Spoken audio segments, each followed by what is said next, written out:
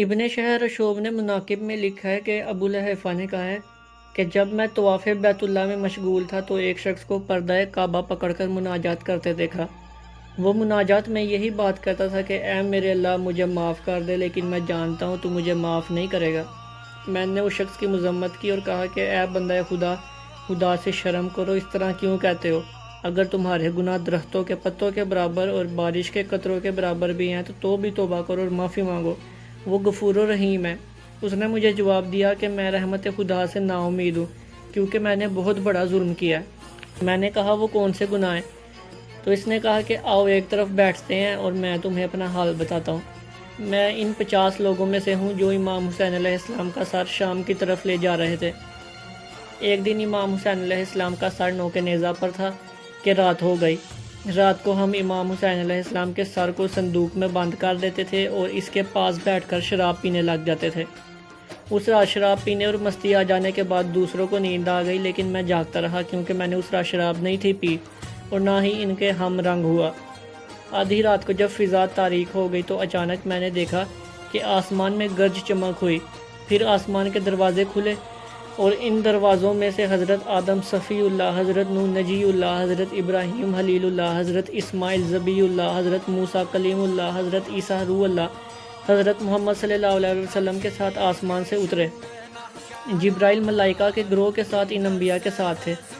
سب انبیاء ملائکہ امام حسین کے سر مقدس والے صندوق کے پاس گئے۔ جبرائیل نے بھاڑ کے صندوق کا دروازہ کھولا اور سر متھر کو اٹھا کر سینے سے لگایا اور لبوں پر بوسہ دیا۔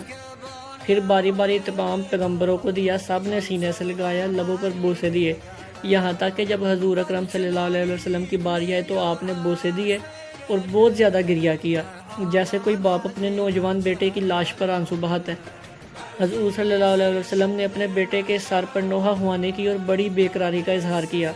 باقی انبیاء رسول پاک صلی اللہ علیہ وسلم کو تسلیاں دیتے تھے، رسول اکرم پھر بھی آرام نہیں تھے کرتے۔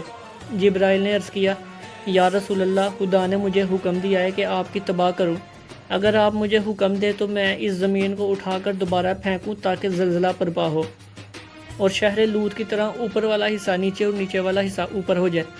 تو آپ صلی اللہ علیہ وسلم نے فرمایا، جبرائیل، آخر قیامت تو ہے، میں صبر کرتا ہوں تاکہ اس روز ان سے دشمنی کروں۔ تو آپ صلی اللہ علیہ وسلم نے پھر گریہ شروع کر دیا۔ ملائکہ رسول پاک صلی اللہ علیہ وسلم کے گریہ سے بہت زیادہ ملول اور غمزدہ ہو گئے، لہٰذا آگے بڑھے اور امام حسین کے سر کے پاسبانوں کو مارنا چاہا۔ جب میرے پاس پہنچے تو میں نے پکارا، یا رسول اللہ، اللہ مان، خدا کی قسم میں نے قتل حسین میں ہمراہی نہیں کی اور اس کام پر راضی بھی نہیں تھا، میں خدا مجھے معاف کر دیں۔ تو رسول صلی اللہ علیہ وسلم نے فرمایا، تم پر افسوس ہو، کیا اب تم ان کے ہمراہ نہیں ہو؟ تم اہل بیت کی غربت نہیں دیکھتے؟ میں نے عرض کیا، ہاں دیکھ رہا ہوں۔ پس پھر فرمایا کہ خدا تجھے کبھی معاف نہیں کرے گا، اور پیغمبر نے ملک الموت سے فرمایا کہ تم اسے چھوڑ دو، یہ خود بخود مر جائے گا۔